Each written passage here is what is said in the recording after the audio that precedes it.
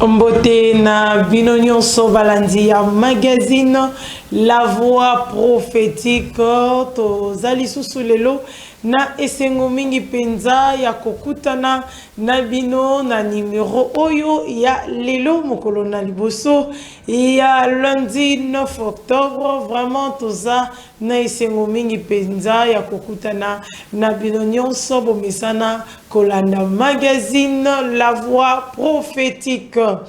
Vraiment, pour ça, la biso confiance, chaque lundi 18h30, chaque mercredi 15h05, chaque vendredi 19h juste, et pourquoi pas dimanche à 10h25. Binonyoso, Bolandaka Magazine La Voix Prophétique, Topesi Bino, Mbote na Kombo na Yesu Masia, Tikanzamba Lola, Ayeba na Kopambola Bino Nyoso. Et voilà, comme toujours dans notre magazine de chaque jour et de chaque instant, tous à la cabine de mon côté, dans ce plateau, tu es la cabine toujours de matière et de sujets. Oyo Ezo Pambolabino. Et pour aujourd'hui, nous avons Nakatia Plateau Oyo un invité, en tout cas hors pair, parce que Makambo Elibiso Lelo et ça Makambo. Il y a développement, Papa Yao Limela, Mbote Papa Yao. Oui, Mbote, maman journaliste. Vraiment, tous années c'est moi koyamba yo lisusu. Et ya koyamba plutôt na plateau na biso ya magazine La Voix Prophétique. Isaboui, ngapé nazana esengo mingi. Merci beaucoup. Voilà, Mandeko Balandi, Tomoni invité Nabiso et Mokona Lelo, sans plus tarder, Tokoluka Toyebaye, qui est réellement Papa Yao Azanani, Autiwapi, Pe Asalakanini, Nakata Magazine, La Voix Prophétique, Lelo, tout ça, Nesengwa Koyambaye, parce que tu auras toujours un pasteur, un prophète, un évangéliste, mais Lelo, toujours papa, les gens se demandent beaucoup de questions, Papa Yao, Namukusé Penza. Se présenter. Bon, en tout cas, merci Mingi. Ce que l'on qui a se présenté dans Mukuse, et vous avez pas si Mingi puisque Papa Yao a ba facette belé. Mais na koluka kosa l'effort pour que la délimiter présentation nangai. Bon, na benga mina kombo wana olobi wana Papa Yao Limela Etienne. Bon, nazali nani nazali motoyo nazali kotala makambo ya lutte contre la pauvreté na kati ya mokili mobimba toza na kati ya oyo bazobenga les objectifs de développement durable. Donc na ba cible na yango nyonso wana nde musala na biso yango wana. À part ça nazali moto nazali responsable to mokambi to na français to benga le manager principal. Il y a établissement privé na Kombo, il y a centre congolais de recherche sur la pauvreté. Donc musala na yango il y a établissement oyo ezali ya ko analyser les différents comportements il y a population ezali ko maintenir bango na pauvreté pe lo lenge nini tokoki ko proposer ba solution idoine ya malamu po ete babima na kati ya bobola puisque bobola ezeloko ya malamu te. Bon, à part ça nazali mokambi ya direction ya justice paix et sauvegarde de la création na église du Christ au Congo, 13e communauté du fleuve Congo, na église locale il y a Victoire et Sika mokambi nanga azali pe nazopesa yembote mingi révérend Ngola Maker et puis na associé na ye pasteur Ekembe, sans oublier le pasteur stagiaire Hermon Kopenza. Donc na mukuse na kolo bango bo soki bolingana na bakisa suka bo je suis fonctionnaire hein? En tout cas vraiment ezaki déjà essentiel ya koyeba ko découvrir ezali bongo Papa Yao Limela Etienne to yebiye na bozindo alobi okokate parce que CV za penza mula ipe munene mais tozui essentiel ya CV na ye ezali ko intéressé biso, c'est la lutte contre la pauvreté. En ezali pe sujet Oyo tokolobela na mokolo na lelo, la lutte contre la pauvreté, vraiment déjà la régie.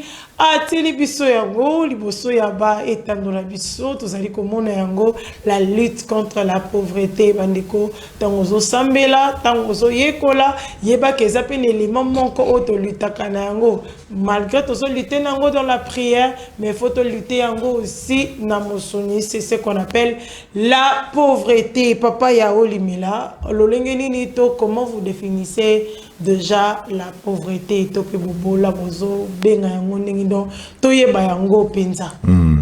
Merci mingi maman journaliste. Bomoni bobola ezali terme moko to na français ba bengi concept ou eza moi passe ya ko définir ye moko qu'il faut toujours kangama. Hein? Il faut toujours kangama. Soit pauvreté monétaire, pauvreté spirituelle, puisque na kati ya église boyebi makambo Yesu alobaki alobelaki yango alobi heureux les pauvres en esprit car ils verront bazana donc ezana litomba oyo bakoyeba kozwa na kati ya makambo wana. Donc eza moi difficile mais lokola émission na bino na moni yango kezali une émission pédagogique. Bon batu mingi baza kolanda biso basengeli pe koyeba yango. Donc ya on azope sa définition ya université te ou bien ba grande école te. Mais na kolobaka na mkusete la pauvreté ezali bozangi.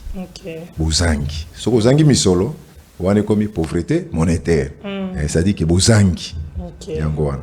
Bandeko balandi balobi kozanga boboleza kozanga. Soko foye bozanga nini? Zozanga maele, zozanga mbongo, zozanga biloko, zozanga elamba, zozanga sapato. Do biloko wana nyonso mutu koyi kozanga domaine moko quelconque soko zangi yango nde balobi bongo ozali bongo mobola. Pe tozali kokoba de akasi ya sujet na biso ya lelo ya lutte contre la pauvreté. Sikoyo cause ya pauvreté ezalaka nini parce que ça na bato mosusu botami mbala moko famille na eza famille pauvre. Est-ce qu'il y a vraiment de cause oyo motu pa koyi kokoma na bobola to akoyi kokuta yango quelqu'un? Bon liboso na on appelle sa réponse nangaki na lobelo komoko omoni bato bakanisaka ete un riche aza moto aza na mbongo ebele un pauvre aza moto azangi alors que ils ont vraiment bon côté. Pourquoi? Puisque c'est na bisoto yebango que muto azali pauvre tango ba besoin na ye ezali au-dessus ya ba moyen na ye. Vous voyez? C'est-à-dire que nakoki kozananda kunanga nazana 10 milliards de francs congolais. Mais cela ne signifie pas que naza riche. Pourquoi? Puisque ceux qui ont besoin d'angaï, ils allaient à 10 milliards plus 1 franc congolais, il a qui s'y est naza mobola. Pourquoi? Puisque Ekariwana nako financé en gondegeni. C'est pourquoi des fois nous sommes étonnés que mais moto ya za mbongo ebele azoiba ndengeni. Bango kutu bazo rebelle mais bazoiba. Mais bon, il y a un problème, il y a rapport entre besoin et moyen. Bon. Au lobby, cause des alliés ébélés. La cause des ébélés, mais na koluka, la émission des alliés ndenge na loba qui pédagogique, et sengeli tout ébélé, mais cause nango na regrouper ngo na bitenimi balé. On a bengi cause interne na cause externe. Interne, ça dit que na kati ya mutu, externe libanda ya mutu. Moni, quand on a interne, je vois l'homme. L'homme nazomona. Externe, je vois l'environnement, le système dans lequel mutuana azali kobika. Zomona, ça peut aussi influencer le coin. Ya on a zoloba soki na côté ya mutu, cause ya liboso ezali nini? Ezali la mentalité. La mentalité. Puisque nous sommes les résultats il y a mentalité na biso. Vraiment, Bible c'est que tel pense qu'il y a zaboye et musazo. Donc mentalité na biso. Moto mususu okoki kopesa enyos. Mais ce qui mental na ye ezali ya bobola akozaka mobola. Par exemple, ce qui oko permettre nga na koka ko posani ko loba omona mutu azaki na chômage. Mutu azaki na chômage asali à peu près 5 ans 6 ans. Mais nzamba sungiye azui musala. Musala na pe azui bazo foute pe bien. Li futa moko ya malamu. Et vous verrez que le premier mois tant ba futi mbongo et là, on bossé ça nini. A renouveler ba téléphone, a renouveler bilamba. Vous avez à côté sous na so lingi ko lia mapa, il faut qu'il y ait une alimentation. Alors que azai ko tant azaki na pasi, azai ko sala ngote. Puis au komona, so azaki mobali, a koluka sani abala. C'est-à-dire qu'il pas na ilo ko bossé il faut abala. Vous avez mentalité na nyoso na eza ba indicateur ya kolexete mutu aza bobola. Pourquoi? Puisque kobala eza bien, mais kobala ezali moko na ba moyo di misarambongo. Vous avez or mentalité ya mutu amisolo eza nini? Na tango azui mbongo avant ya ko consommer, avant ya ko dépenser, il va investir, il va chercher à ko investir. À supporter atika nanda ko studio, à supporter ali kaka soki bileo na bandaki kolia, akoyeba ko supporter atika na téléphone kako wano yeba touche wana oyo bobenga soki koni soki nini. Vous avez son objectif est nini? Ils allaient être à épargner, qu'il épargne, à investir. Au monde a sali boutique naïe, a sali loko boa sali boa so. Tant que moni qui a comme ba revenu mususu, en ce moment il peut se permettre de se marier, na bani tout ça. Puisque ils ont malamu teke au vivre malamu lelo lobby au komi na pasi. Yango mona batu mingi balongole na musala après de musala a komi na pasi. Alors qu'il y a qui cadre. Tout simplement pourquoi? Puisque c'est la mentalité. Bon, on a côté à cause externe, puisque je me résume vraiment. Na cause externe, environnement. Okay. Environnement est une influence. Ce que vous avez environnement, contexte, pauvreté, c'est-à-dire que mentalité, ils ont mal et ça par exemple, au monde, ce que vous avez na bambo canabiso, au monde a salité zamini. Ce que vous avez mutoka, yonde mutoya ko bongisa. J'espère que vous avez yonde mutoya ko bongisa. C'est-à-dire que batu mentalité batu, contexte wana, environnement wana, yango wana. Olingo bongisa makambo yonde osabo. Bon, contexte mususu, exemple mususu. Au bandi business non lelo. C'est ce que nous décrions. Peto senga yango et pas na ba konsi na biso mboka. Heureusement malembe ba bandi ko sale fort ya comprendre yango. Na bandi musala, ezana tibino. Pour sali projet na bino. Bo lancer loko. Mais vous verrez que dès les premiers mois tant que vous lancez yango ba tu attaques ba bandi oleka. Futa boy. Mais moto a lancé que loko siko. Na nous imisi sate. Bo bandi déjà obuza. Soka sane. Aokanga. En ce moment-là, il n'est pas étonnant que vivre dans la pauvreté. Voilà, il y a les causes internes liées à la mentalité de l'homme et puis il y a des causes externes liées à l'environnement. Bisika mutafandi nzinga na ye pe le lenge azali bongo ko bika tozali kokuba na sujet na biso ya lutte contre la pauvreté mais non tozali ko cadrer yango na niveau ya ba église parce que c'est là où nous sommes na katia magazine La Voix prophétique parce que papa yao limela pauvreté na église comment okoki ko monisa yango que église oyo ezobika na développement te ezobika dans la pauvreté. En tout cas motuna neza malamu d'ailleurs sans qu'il y ait sa publicité ezali Maman Likambu oyo tokosala comme conférence le samedi 14 octobre na église locale ya Lisala CBFC. Maman, tous un problème sérieux. natunaka toujours bato tango bato wana basambelaka te epai na biso oyo boyebi ndenge bobengaka bango na baterme wana tout ça naboyi kolobela yango awa ntango bango batongaka biloko na bango natikala komona te ke bazosenga na bakretien bapesa mbongo basonga bango natikala komona te mais bakretien soki toana besoin kotonga ndako ya nzambe na biso tokosala eloko tokomi kosenga bango mbongo soki olobi ezaka mbongo ya nzambe te eza mbongo ya nzambe te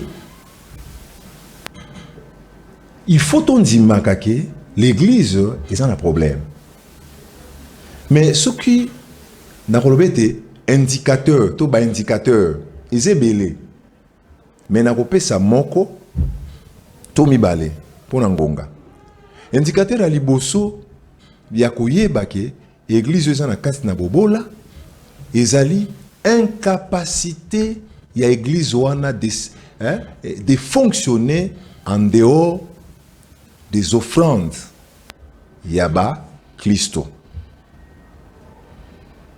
Bien que la loi congolaise, la loi qui régit les ASBEL, les Ali Kolobaete, première source, il y a financement, il y a ASBEL, les Ali, cotisation à membres. Oui, il y a bongo, cotisation à membres. Mais on a zolo ba mambo offrande. Na zolo ba na ba contribution à membres été. Puis na ba église lokola protestante, bango bazana système ba carte de baptême, hein, ozako futa mbongo, ça c'est normal. Mais on a zolo ba na likampeta libo les offrandes. Na tambola kana église ebele. Mais au komone loko moko, je pense que vous êtes mieux placé puisque l'intitulé, il y a émission na bino ezali la voix prophétique, hein? La voix prophétique. Na tambolaka makambo biso to bande ko vivre liboso. Tango biso tozokola mabonza ezaki ndegede. Ba diacre bazoleka bazozo yango. Et puis bazali ko biso que chacun donne comme il a résolu dans son cœur. Les versets là existent dans la Bible. Mais aujourd'hui, c'est plus le cas. Les gens ont matraquage. Ils ont poussé battu.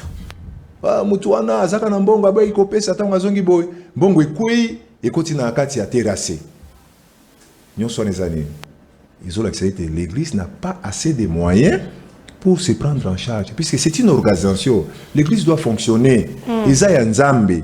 Mais ils n'ont pas besoin. Mais ba moyen il faut ezal moko na ba raison yangwana raison ya mibale ya koyebeta église wana ezali kat na bobola c'est l'absence de la propriété, l'absence de la propriété. Une église eza na se hangar par exemple bâti bâche, hein, bâti bâche pavement zate. Est-ce que vous allez dire que l'église est riche? Non, c'est une église où ils sont pauvres et sengeli kaka. Et ça l'effort, balandaka ba émission yabino pour bailler ba ko changer makamuna bango. Je pense que na mukuse ba indicateur mi balor na nokoloba yangwana so kolingete na ba kisamususu ba pasteur bazana ba problème pour les sabango. Ouais. Vraiment, tous en wana parce que tous au Kenya, Makamba Koloba, Isa, Evelesi, j'ai ça tellement monene que nous ne saurons pas tout dire. Mtoko Koloba, nous sauté. Nakati ya plateau na biso ya magazine, la voix prophétique ya Mukona Lelo. Mais tous allez bon koba parce que tout le bien était la pauvreté dans nos églises, dans nos communautés, parce que y a le même thème, il y a campagne qui sera organisée, je crois, dans Souka, Tokolobela. Yango, campagne Yango, à long et à large. Alors, papa, Yao Limela, tout ça pour avancer. Maintenant, on se demande que faire. Parce que, peu importe, est-ce que la raison, église, est la pauvre, est-ce qu'ils ont un pasteur, est-ce qu'ils ont un bandimi, tout est environnement pour l'église maintenant. Oui, moi je pense que même l'église, c'est tout tient on a il y a analyse wana, analyse wana, il y a cause interne et externe. Externe, oui. Et ça, même chose. Interne, c'est-à-dire que nous voyons les leaders qui est là, nous voyons aussi les fidèles. Puisque dans l'église, tout se réduit au niveau de la prière. On enseigne aux gens que Mbongo yaka na losambo. Bozo kanga batu séminaire de lundi à dimanche, du matin au soir. Venez prier. Mais nasuka bosengi bango offrande. Mais ces gens-là qui ne travaillent pas, Mbongo barozo api. L'argent ne vient pas par la prière. Dans le bara toujours, je mets toujours quiconque a défi, oya kikoya, aibisanga ete, na sambelaki, nzama pesinga mbongo. Non. Justement, c'est ça. Dieu ne peut pas se contredire. Puisque le premier commandement que Dieu a donné à l'homme, c'était la prière. Non? C'est ça qui prière était. Lisez Genèse. Tant qu'il dit Adam et Ève, il les a placés où? Dans le jardin. Soyez féconds. Hein? Multipliez et remplissez. Quand Dieu dit soyez féconds, fécondité, on est dans le cadre de la robot taban. Mais non. Quand on parle de la fécondité, ça dit que la productivité, il y a la fécondité sur le plan des idées. Nous appelons Dieu le créateur, non? Nous étions créés à l'image de Dieu. Pas nous sommes créés à l'image de Dieu. Si Dieu est créateur, et nous, qui sommes-nous? Tout ça peut être créateur.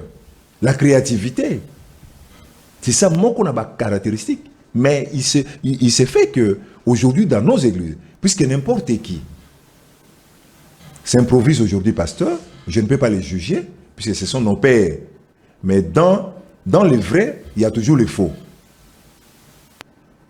Mais les visionnaires, est-ce qu'il a la culture et le développement? Qu'est-ce que ça a un mot? C'est-à-dire, quand l'homme, quand la personne qui dirige, quand le leader ne sait pas impulser le développement dans son église, l'église on a yokuya katina pauvreté. Et beaucoup d'hommes de Dieu aujourd'hui, bazo vivre, puis baza encourager la mendicité. Nakati ya donc ya ba etonga na bango. Zomona baza ko encourager ango. C'est-à-dire que na tango lolenge wana ya kubika eza na kati église on a kende libosote. Église on a kende libosote. Aujourd'hui 20 ans tous en a kati ya musala oyo, nous sommes des chercheurs, nous enseignons aussi ba solution tous a comment on a yango. Et là, il y a mis balé. La conception de l'argent dans cette église. Vous savez qu'il y a beaucoup d'églises qui prêchent moins sur l'argent. Il y a des églises qui enseignent. Vous nous enseignez à aller au ciel. N'est-ce pas? Mais en attendant que nous allions au ciel, nous sommes encore ici. Mais combien d'églises enseignent en leurs fidèles comment on peut gagner de l'argent? Puisque Salomon, je crois, il dit tout travail procure de l'abondance. Il n'est pas dans la mission, nous disons sala sambila. Sala c'est quoi? Travailler. Travailler et puis prier. Travailler 2 fois comme Dieu a travaillé. Dieu a travaillé 1 fois, mais nous, nous devons travailler 2 fois, surtout en RDC. En RDC et en Afrique, nous devons travailler 2 fois. Les Occidentaux peuvent travailler 1 seule fois, mais nous devons travailler 2 fois, puisque nous avons un sérieux problème. Les boulous, il y a bobola, il y a pas si, et ça difficile. Donc, le travail, il faudrait que les enseignements dans nos églises et tenir compte nailo kwana que mon frère, avant que les kubala, sœur, tout nos frère wana. Montre-moi d'abord ton numéro de compte. Tu as combien en banque? Tu as combien? Quelqu'un qui n'a rien habitué par la foi. Oh, éviter que la foi, c'est... Non. Oh, wow. En tout cas, vraiment. Ah, voilà, ma vie. Ah, papa, écoutez, les mélas. Biso bata foi. Biso batoto baké. Par la foi, on va se marier. Et papa, il y a des gens qui se sont mariés par la foi. Bah, balipé. Jacques Alobini, montre-moi ta foi et moi je te montrerai mes œuvres. La foi sans les œuvres est une foi morte. Vous avez la foi. Foi est mon anagate. Mais des indicateurs de la foi. Et la prospérité, c'est l'un des indicateurs. Puis c'est dans la Bible, batu nyonso, basa ela nzambe, oyo, balanda nzambe, basaki, riche, ils n'étaient pas des pauvres. Puisque Dieu n'est pas pauvre. Tozo prêcher nani. Nzambe azo bete l'or et l'argent m'appartient, non? Et ça m'appartient. Mais pourquoi bisoto aux Arabons? Abraham était riche, Isaac était riche.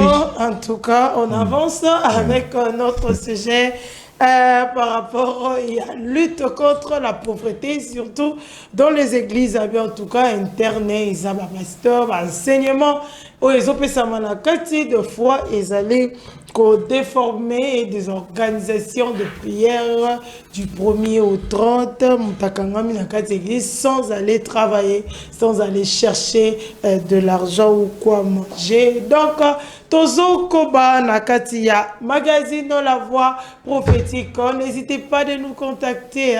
Naba numéro Nabiso Eza affiché. Tozo Mona Yango Bima. Tozo Mona, Tozo notre chaîne YouTube. N'hésitez pas aussi de s'abonner massivement. Peko Yebabongo Nako commenter, Topeko liker, Peko Yebakanako Tikelaka. Biso ba message pour te baranako tangaka yango na chaque émission magazine La Voix prophétique comme beauté na bandeko nyonso ya monga fula mbote na bino nyonso bandeko ngalema et bandeko ya kalamu victoire mbote na bino parce que lelo toza na ngambo ya matonge. Merci tozali bongo kokoba papa yao tozali ko avancer. Alors, tous on répond à remède déjà, parce que déjà, tous on a été dans thème conférence, on nous dit ensemble, travaillons pour l'autonomisation de nos églises ou de nos communautés. Donc voilà le thème général. Il y a une conférence qui nous sera dit, je crois, d'ici là. Mais bien avant, tous on a remède pour la pauvreté, dans le contexte où il y a église. Ça c'est bien. En tout cas, remède des alliés, des amoamingi, mais remède à liboso, c'est la prise de conscience. Ok. La prise de conscience. Il faut à comprendre que vie na zanango, ils a vie ya malamute. Ils a vie ya mabe. Moi j'ai connu ces cas en 2008. Je suis moniteur à l'école le dimanche. Je prêche. Mais moi-même, j'ai une difficulté. Moussala, Tozalaki, on ne nous payait plus. J'ai quitté Bandal jusque Victoire à pied, aller-retour. Mais un jour, j'ai dit au Seigneur, mais ça c'est quel genre de vie? Ça c'est quel genre de vie? Mais non, aucun makolo. Mais ceux qui ne prient pas, bazan na transport. Mais biso na Bible, nan Zambé a bomo. Mais où est-ce ça paradoxe? Paradoxe. Mais n'a qui réponse tani. Je suis allé voir un homme de Dieu, n'a posé problème naï. Le premier d'abord me dit que frère, Rosa pesant un blocage makasi, ba sorcier, ba nini, oui bikandenge makamango zalaka. Ba sorcier. Obiso pe missionner. Je suis allé voir un autre serviteur de Dieu, Tosoli Naye, Abisinga Asiki. Et puis il me dit, frère, loko sale loko moko. En attendant, Zamba Pambolayo, loko sale loko moko. Quand je suis sorti, la bimba qui n'a courage. Nous étions en 2010. Mais quand je suis sorti, Nabosani que j'avais déjà une entreprise du nom de Crepsi. Ils avaient déjà un cahier de charges. Mais ce qui manquait, c'était quoi? L'application, la mise en pratique. Okay. Bref, nazu yango, na bengisi quelques amis pasteurs, tout bandi formation, ngamoro nazo pesa management, et mine de rien, en un seul jour, nazoaka mbongo équivalent il y a $550 américains. Okay. C'est là où j'ai compris qu'il faut du travail. Remède, c'est la prise de conscience. Okay. Quand il n'y a pas de prise de conscience, zéro. Même dans notre pays. Tant que nous continuerons à clamer tout haut que nous sommes un pays riche, c'est faux. Nous sommes un pays pauvre. Nous devons travailler pour créer la richesse dans notre pays. La première des choses, c'est la prise de conscience. Deuxième remède, deuxième effort à faire, j'appelle ça effort. Deuxième effort à faire, c'est il faut avoir les dégoûts. Il faut avoir les dégoûts de la pauvreté. Puisque la pauvreté va de pair avec la mendicité. Zomona, ils en abattent. Obi ki ngana zo ki dégoût na ngo mukolo moko na ke otala ndeko na ngamoko, ndeko wana nazo zelaye, ndeko azaki na kati ya lopango. Tant on a bengi, azo sanga ki je ne suis pas ici, je suis à Lemba, alors que azaki na kati. J'ai compris que à Lembi. Bon puis mkolona na tourna qui nabi, je mets une croix na roya ici c'est pas na été pour lui poser des problèmes. Les dégoûts. Vous avez dégoût. C'est une fois. Okay. Mais quand ça devient une habitude, dans l'église, la prophétie,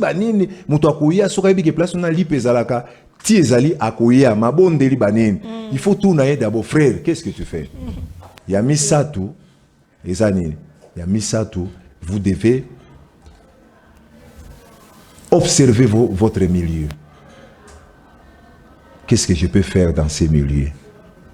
Nawana déplace à l'Osambo, Nzambe orienté ngai loko nini fona sal. Quatrième effort à kosal, il faut avoir une idée, il faut être en mesure ya ko convertir idée na yo na mbongo. Mais babiloko na nyuso ali ba enseignement, comment transformer nos idées en argent. Yango tokoye ba kolobelango mukolo ya conférence. Pe eloko mususu wana weza kolanda, je crois 5e effort à kosala, c'est de chercher l'argent, où trouver les moyens. Il ne faut pas demander. L'argent est là.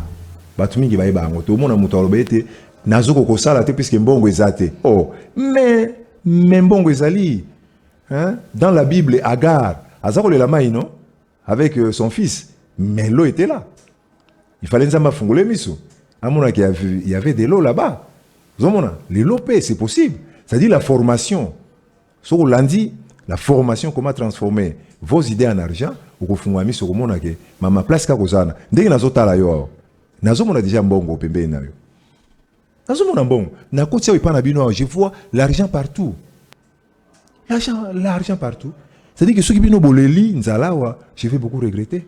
Il y a de l'argent partout. Ah, on a katio. Et là, il faut avoir le courage de commencer. Batumingi, et là, le courage ya kobanda. Maman, les sorciers bakozala toujours. Vous comprenez? Tika bando ki basani, Moussa na bango. Dieu a créé la division du travail. Moutouna mtozala musala nae. Ndokia sala musala nae.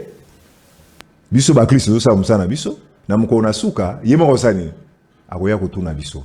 Pour ceux qui tenir compte na bango, vous n'allez pas travailler. Tale lo kwango et payer asuka na kolobete.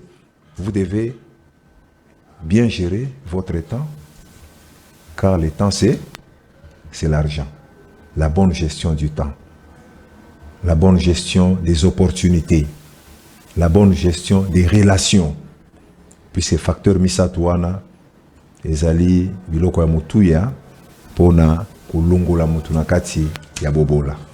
Voilà, Bandeko Balandi, en tout cas, les lots, Zopambolama, d'une autre manière par rapport au développement, il y a être humain. Tant le barana bande konyonso, bozali, comme on a été makambo sengeli et avancé, balobi, remet des alliés prise de conscience. Il faut que boya, bola, que ça na dégoût nango, koka kaposa nango te, faut sepela, na richesse, koka ke sengo, ya koza la riche, pe ko eba kotala, et si kayo zali, ko bonde lanzambe pesa yo orientation nini, okoki kosala pe kozala na makanisi pe kobongola makanisi wana ekoma mbongo pe koluka mbongo kozala na courage ya kobanda eloko moko pe yango ekobota ya mibale pe koyeba kolengela oyo ezali ntango pe baopportunité pe barelation nyonso tokoki kozala nango. Voilà, dans ce cas tozo que les minutes ya suka ya magazine La Voix Prophétique telengonga batpatuna kasiko kasiko papa ya opa okamo kasiko pe comment que na suka kasiko déjà tokomi kokende na suka ya magazine, mais nous allons passer na temps ya kolobela campagne to conférence oyo ekozala mokolo na samedi ba motivation ezalaki nini et ezani ndenge nini ekozala gratuit ekozala comment pour que mutu a participer. Je crois que c'est le moment ya kolobela yango à long et large. Oui, en tout cas na kolinga bana na nzambe nyonso na ba sai na nzambe balanda ngai omoni na kati ya Bible na sepelaka na mutu moko na kati ya Bible ye ayebaki ko saisir ayebaka toujours ko saisir ba opportunité. OK. Comme on Jacob. Moni Jacob. Azaki na besoin ya bokonzi ya grand frère na ye a profiter kana tango azana faiblesse ya nzala aseni asaliam. Akutani na nzambe ayi comprendre que nzambe ye atingami na ye abina kotika otekino sanene opambola ngai. Mais les loyo, peut-être nzambe bokomona été, mais conférence oyo, bozo yango lokola nzambe. Ki nzambe nde akiti na forme ya conférence. Pona nini? Pona kolongola biso na kati ya l'église na biso na kati ya bobola. Batu mingi bazobosana ete la première richesse d'une société, d'une communauté, ce sont les hommes. Un grand professeur alobeli eloko wana. Église na biso tozana batu. Richesse aliboso yango wana. Be église mususu ezali awa ezana bisika oyo na ba zone rurale. Bazana zamba. Ba misu baza pembeni ya mai, lokola biso CBFC. Toza pembeni ya mai. Menyonso wana ezali ezaba ba pilier ya kosunga biso. Motivation ya conférence où ezali été tolingi d'ici 5 ans makamutu koloba ezate ke lona lelo buka lelo lamba lelo te toza dans la planification oyo eza ya 5 ans. Motivation ezali été après 5 ans à partir à 6e année, pression fiscale. Nikolo ya bandimi sanini esila. Puisque bandimio bazana mbongo ou que bazana éducation malamu te bazoluka ko prendre ba église en otage. Ba concept ba partenaire wana.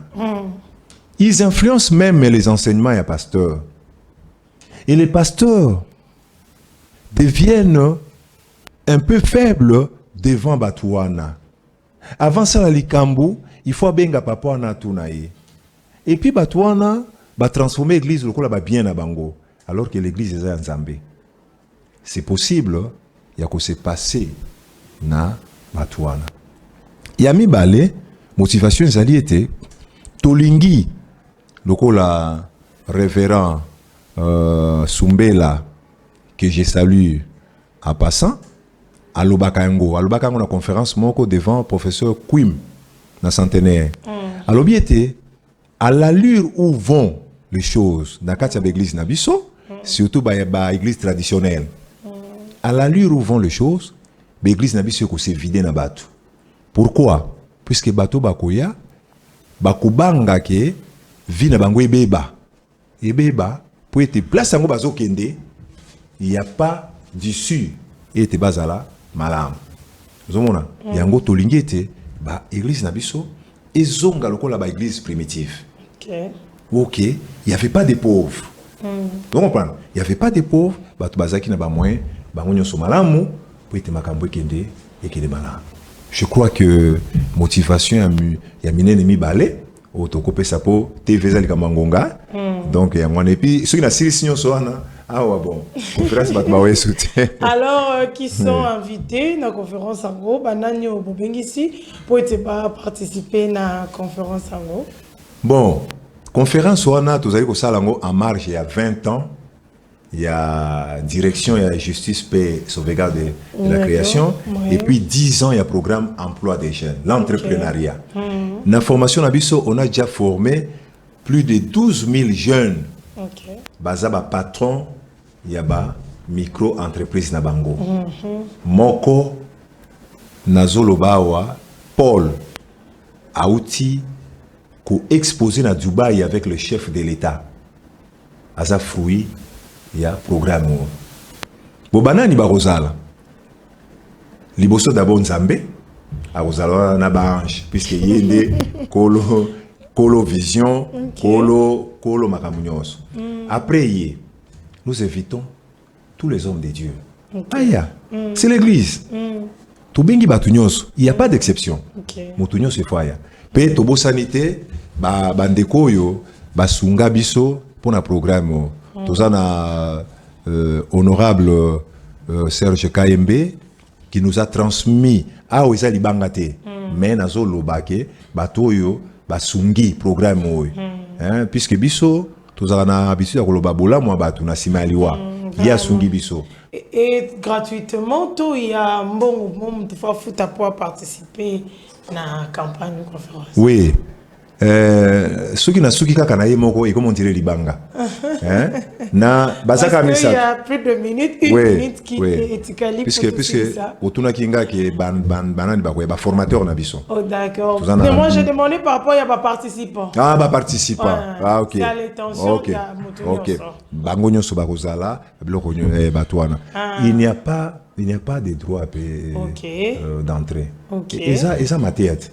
Est-ce que Mathia tango izalaka mais bino mongo boté ya kabiso que vous avez reçu gratuitement. Donné aussi gratuitement à 10 heures j'espère. 10 heures. Mais ce qui n'est la voix prophétique et l'objet bon ils ont makambo église. Je vais amener 10 paquets de jus pour n'aba homme de Dieu. On ne peut pas toko boyangote. Ko pesa bisoté. Oye nango, o pesi na na pasteur bazawana ba pesa ba tuana ce qui maïzali au pesi bango so ozana olingi est-ce que contribuer tout ça hein structure ezali voyez les pasteurs. Merci papa Yao, je crois ezalaki lipamboli pona biso koyamba yo na plateau ya magazine La Voix prophétique. Donc rendez-vous samedi na 10h, samedi 14h na église CBFC Lisala pour la conférence tous contre la pauvreté dans nos communautés. Thème ensemble travaillons pour l'autonomisation de nos communautés. Zalaki, un réel plaisir de présenter Bino magazine La Voix prophétique à Mokona Lelo. Tikanzambalo la aibala kopambola bino nyonso telengonga ngekuki voilà déjà ingénieur Richard Machita allez déjà ko signalenga que tango ebelemi merci Nandeko Enoch ozalaki derrière la caméra nde tomonani na mikolo ezali koya pour un autre numéro ya magazine La Voix prophétique. Ciao.